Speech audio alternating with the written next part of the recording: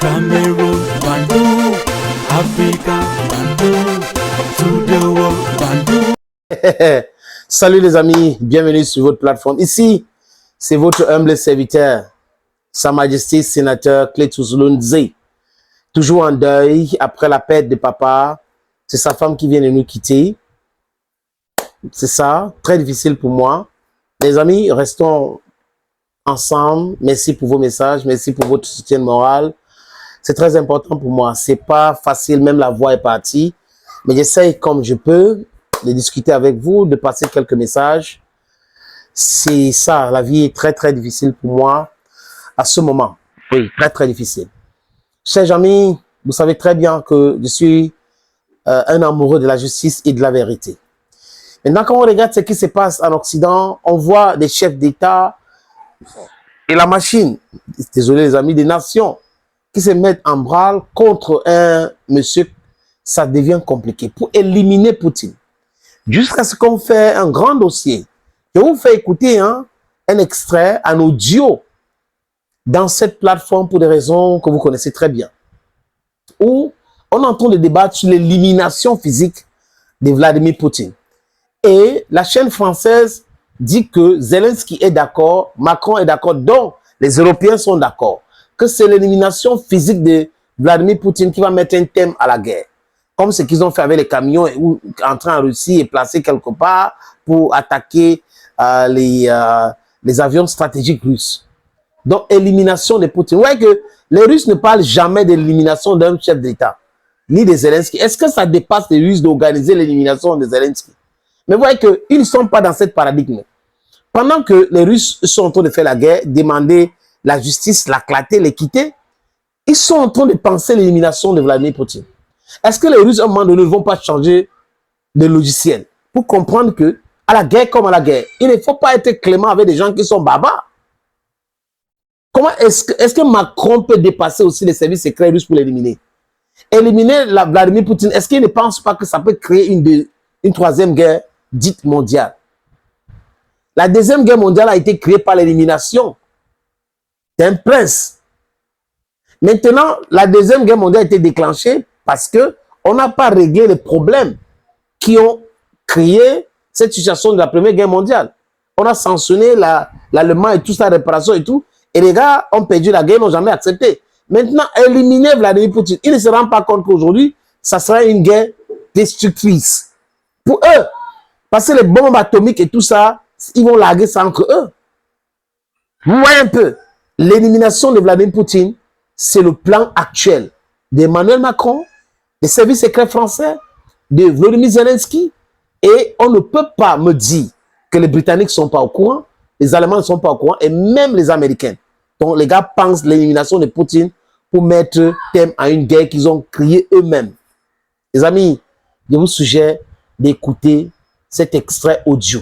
Jusqu'où ira Kiev? Volodymyr Zelensky assume cette stratégie risquée pour faire plier le président russe. Le numéro 2 des services secrets l'assume. Poutine est la première cible de Kiev. Il faut l'éliminer car tant qu'il sera là, la guerre ne pourra s'arrêter. À tort ou à raison, écoutez ce qu'en dit Lindsey Graham, ce sénateur américain proche de Trump. Il était hier soir face à Darius Rojban. Il y a 3 ans, vous avez dit que vous espériez qu'il y aurait un Brutus russe qui pourrait éliminer César Poutine. Est-ce que vous espérez encore ça? Quand cette invasion a commencé, la première chose à laquelle j'ai pensé, c'est que beaucoup de gens allaient mourir pour les désirs, les souhaits d'un seul homme. Je ne crois pas que le citoyen russe moyen souhaite détruire l'Ukraine. C'est la guerre d'un homme, d'un dictateur maniaque, d'un voyou, d'un voleur, qui veut sortir dans une espèce de gloire. Si vous voulez l'éliminer, j'ai toujours cru que le désir de guerre diminuerait et prendrait fin. Si Poutine partait demain, je pense que la guerre s'arrêterait.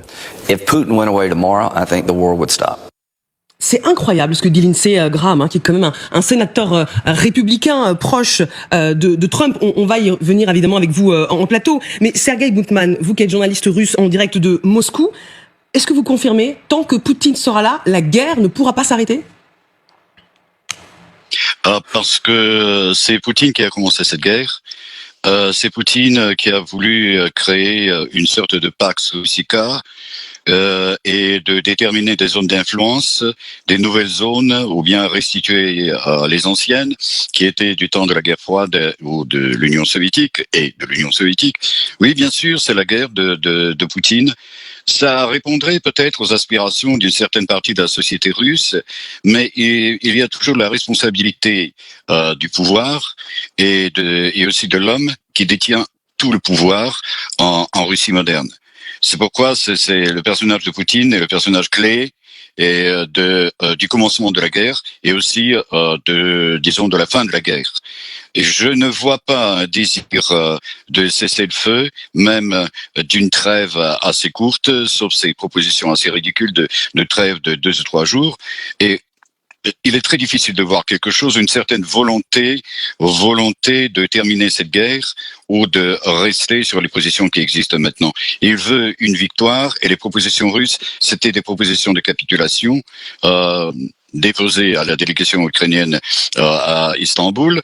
Et voilà, je suis sûr que c'est le personnage principal et sans lui, ça aurait été autrement. Sergei Buntman, vous restez avec nous. Je rebondis avec vous, Elisabeth, sur ce qu'a dit Lindsey Graham. Est-ce qu'il est en train de valider la stratégie de Zelensky ? Alors, il faut savoir que le sénateur Graham, qui a toujours été plutôt pro-ukrainien. Oui. Donc, le fait que, et c'est intéressant parce qu'il y a quand même une division parmi les MAGA, ceux républicains proches de Trump. Il faut savoir que Lindsey Graham est quand même un grand sénateur de Caroline du Sud. Pour le coup, c'est votre État. C'est mon État. Donc, c'est mon sénateur. Depuis longtemps, un grand républicain qui s'est rallié à Trump, mais qui a toujours tenu une ligne plutôt indépendante sur un certain nombre de sujets, surtout sur celui-là. Et c'est son projet de loi qui est actuellement débattu au Sénat, enfin, lui et le sénateur Blumenthal de côté des démocrates, et qui a quand même énormément de soutien. Donc, est-ce qu'il est en train de valider? Il est en train de, en tout cas, accorder beaucoup plus de crédit aux Ukrainiens que fait le président américain. Et c'est quand même très important aujourd'hui parce qu'il y a beaucoup de voix en interne aujourd'hui qui sont en train de s'interroger sur le positionnement de Trump et son traitement de la Russie. Grégory. Oui, c'est très intéressant la position de Graham. D'abord parce que il est l'un des derniers républicains à être encore capable d'être bipartisan et avec un collègue démocrate de porter ses idées au Congrès, évidemment, et jusqu'à l'oreille de Trump. Certes, il est MAGA, mais il a aussi cette culture politique, alors qui nous paraît maintenant très ancienne, de l'époque Biden où les sénateurs pouvaient travailler ensemble avec des projets. Mais en tout cas, il est capable de ça et d'aller tenter de convaincre Trump qu'il ne faut pas abandonner l'Ukraine en race campagne, etc. C'est une voix qui compte aux États-Unis. Quant à vous dire, est-ce qu'il valide l'hypothèse, le scénario d'une élimination de Poutine, ça c'est compliqué de vous le dire. Regardons ce que dit le numéro 2 des services secrets ukrainiens. Quand on lui demande quelle est la première cible sur votre liste, Poutine, qui coordonne et décide tout. Mais général, si on devait ne serait-ce qu'atteindre d'une manière ou d'une autre Poutine, ce serait l'équivalent du bouton nucléaire. Écoutez, depuis 3 ans, cette guerre, et même avant, parce qu'on dit toujours 3 ans, mais elle a commencé en 2014, faut le rappeler, c'est la volonté de Poutine. Et depuis 3 ans, on s'aperçoit que rien n'a changé. Moi, je me souviens très bien des mots du président Macron lors de la dernière entrevue à Moscou. Lorsqu'il est sorti, on lui a posé la question, il a dit « ça n'est plus le même homme ». Il a changé et je ne comprends plus. Et c'est ce qu'on se dit tout le temps. Parce que vous savez, le pouvoir pourrit, mais le pouvoir absolu pourrit absolument. Et là, c'est la réalité des choses. Donc, j'ai envie de prendre les paroles de Saint Jean-Paul II, n'ayez pas peur. Je veux dire, vous savez, quand il y avait eu l'affaire de Prigojine, tous les Occidentaux tremblaient comme ça en disant « Ah, mon Dieu, Poutine, qu'est-ce qui va se passer si Poutine s'en va ?» Mais on n'en est plus là. Aujourd'hui, on voit bien que de toute façon, cette guerre ne s'arrêtera pas si Poutine ne décide pas qu'elle s'arrête. Et pour qu'il décide qu'elle s'arrête, il faut un choc majeur. Alors, l'élimination physique, j'en sais rien, mais il faut un choc majeur qui puisse perturber complètement de son entourage, de je sais pas quoi, qui puisse le persuader et qui ne soit plus dans la sûreté qu'il a actuellement, que de toute façon il va continuer la guerre, parce qu'il n'a pas d'autre choix. Oui. S'il arrête la guerre, qu'est-ce qu'il fait des 600 000 soldats qui sont sur le front, qui gagnent 5 fois leur salaire? On les renvoie à la maison en gagnant plus d'argent? Vous allez voir ce qui va se passer. La dureté en Russie, il faut savoir ce que c'est.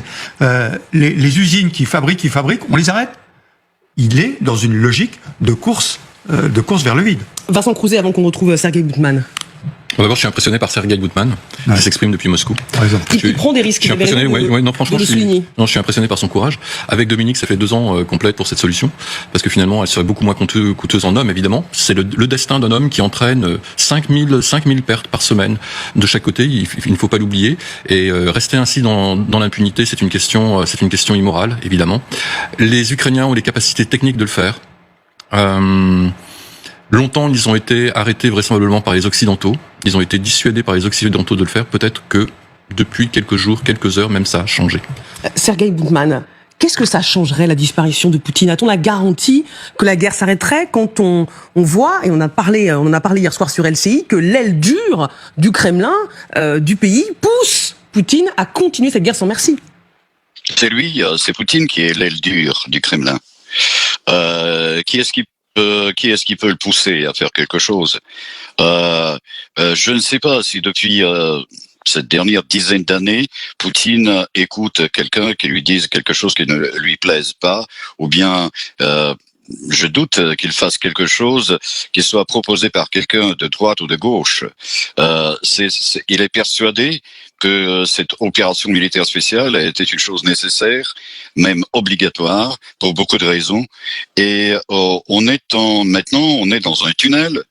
Et il n'y a pas on ne peut pas reculer de ce tunnel. Il y aura un massacre si on recule de ce tunnel. C'est lui qui le comprend aussi. Avec comme a dit le collègue, c'était avec 600 000 hommes qui sont là et qui sont extrêmement bien payés pour être morts au fond. Et c'est une sorte d'impasse. Il ne peut pas bouger. Il ne peut pas bouger. Donc, à la disparition telle ou autre de Poutine, ce sera un moment de réflexion. Ça fait rire, non? Vous avez les généraux sur les plateaux qui parlent. C'est-à-dire qu'ils sont à l'aise dans ça. Oui, il faut l'éliminer. Voilà, l'élimination va créer ceci. C'est les mêmes gens qui ont dit que la Russie n'avait rien quand la guerre a commencé en 2022. La Russie n'a rien. La Russie a fait ceci. La Russie, ils sont les services secrets. On a les informations. La mer russe est ceci. La mer russe est faible. Mais vous voulez donc mettre un thème à la guerre. Et ça ne marche pas. Les Russes savent que vous êtes des menteurs, vous êtes des manipulateurs. Vous voulez manipuler les Russes et ça ne marche pas. Mais comme ça ne marche pas, qu'est-ce qu'il faut faire? Il faut penser éliminer le président russe. Donc vous voulez éliminer le président russe. Et vous pensez que vos chefs d'État, les bandes de Oubi là, on ne peut pas les éliminer? C'est aux Russes de décider maintenant. Je crois que ce débat-là, ils font ça à Mondovision et les Russes doivent voir. Les services secrets russes doivent voir et aussi travailler dans ce sens. Parce que si vous travaillez dans ce sens, je crois que ça va les empêcher de continuer. Ils auront peur. C'est ce que les Russes devraient faire, je pense humblement. Thank you, friends, and bye-bye. Cameroon, Bandung, Africa, Bandung, to the world, Bandung.